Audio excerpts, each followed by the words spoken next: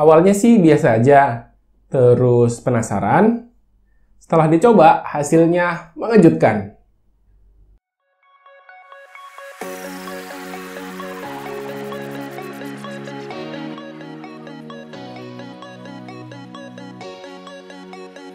Ya, begitulah kira-kira perasaan saya ketika ROM OxygenOS versi Android Pie buat Redmi Note 5 ini dirilis. Karena sebelumnya saya udah pernah buat review OxygenOS yang Android Oreo buat si Redmi Note 5 ini. Di portingan OxygenOS versi Android Oreo masih banyak banget bugs yang saya temukan. Jadi wajar saja ketika OxygenOS versi Android Pie dirilis, saya sedikit males untuk mencobanya. Setelah beberapa hari berpikir, akhirnya saya memutuskan untuk mencoba ROM ini di Redmi Note 5. Dan di luar dugaan saya, prasangka saya di awal itu salah. Menurut saya, OxygenOS versi Android Pie untuk Redmi Note 5 ini udah jauh lebih stabil dibanding yang versi Oreo. ROM ini merupakan portingan OxygenOS punyanya OnePlus 5T. Hal ini bisa terlihat dari data about phone. Informasi tentang Redmi Note 5 saya udah berubah, disulap menjadi OnePlus 5T. Secara bawaan, ROM ini menggunakan OnePlus Launcher, sama seperti yang ada pada OxygenOS versi Android Oreo.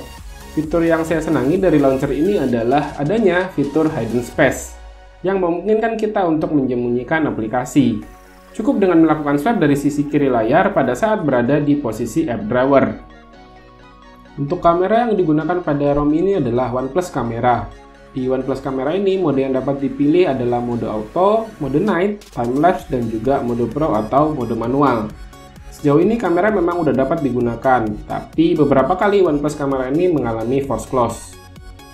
Setelah update ke Android Pie, kita akan diberikan 3 pilihan untuk bernavigasi. Yang pertama, menggunakan cara lama seperti yang ada pada Android Oreo, yakni dengan 3 tombol navigation bar. Lalu ada juga pilihan untuk menggunakan AOSP gesture bawaan Android Pie, dan yang paling saya senangi adalah menggunakan full navigation gesture. Dengan mengaktifkan full gesture ini, pengalaman navigasi sedikit berbeda, yang mana untuk melakukan back, kita bisa melakukan swipe dari bawah ke atas di sisi kiri atau kanan layar. Sementara itu, untuk masuk ke recent app, tinggal swipe ke atas dan tahan dari sisi tengah layar.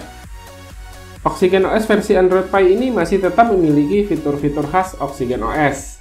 Seperti ada fitur scroll screenshot yang bisa bikin screenshot lebih panjang, terus ada parallel apps untuk melakukan cloning aplikasi, serta ada beberapa fungsi quick gesture khas OxygenOS.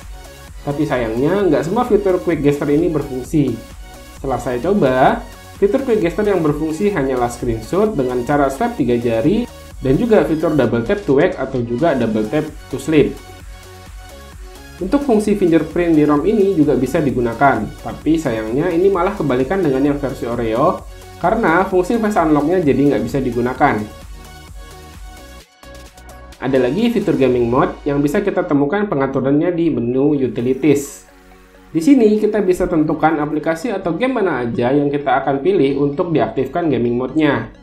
Saat kita udah memilih game tersebut, maka fitur gaming mode ini akan otomatis nyala ketika mulai membuka game tersebut pertama kali. Pada fitur ini, performa CPU dan GPU akan dimaksimalkan. Tapi sejujurnya saya kurang merasakan perbedaan yang signifikan saat fitur ini dinyalakan ataupun dimatikan. Di fitur ini, kita juga akan menemukan pengaturan untuk mendisable notifikasi supaya saat kita bermain game tidak akan terganggu oleh notifikasi yang masuk. Sayangnya pengalaman bermain game di ROM ini menurut saya kurang memuaskan. Meskipun pada ROM ini bermain game berat seperti PUBG Mobile dan juga Aspal 9 tetap lancar-lancar aja, HP jadi cepet panas padahal udah menggunakan settingan grafik smooth di PUBG Mobile, serta baru aja main sekitar 15 menit. Saat udah panas begini, yang saya rasakan udah mulai kurang nyaman untuk melanjutkan bermain game. Lanjut ke daya tahan baterai di ROM ini, menurut saya sedikit kurang memuaskan. Dari pengalaman saya menggunakan ROM ini sekitar 5 hari, rata-rata baterai hanya mampu bertahan sekitar 15-20 jam aja, dengan screen on time sekitar 4-4 jam setengah. Di ROM ini juga sepertinya belum support quick charge, karena proses pengisian baterai dari 10% sampai full memakan waktu lebih kurang 2,5 jam, padahal udah dicas menggunakan charger yang support quick charge 3.0.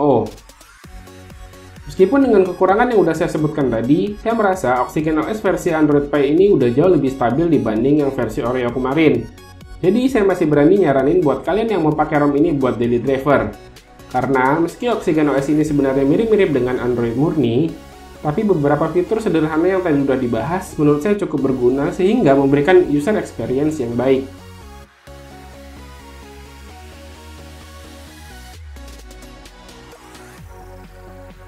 Oke, untuk cara installnya yang pertama kita siapkan terlebih dahulu dua file ini. Yang pertama itu ada OnePlus 6 Full Patch sama yang Oxygen OS Android Pie. Nanti untuk downloadnya silahkan cek di kolom deskripsi ya.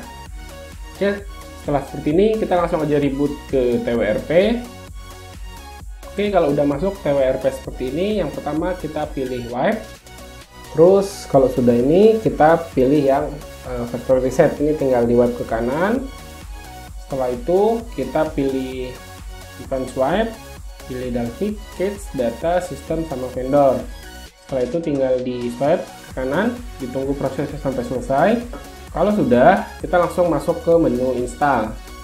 Nah, langsung kita install si OnePlus atau Oxygen OS yang versi Android Pie.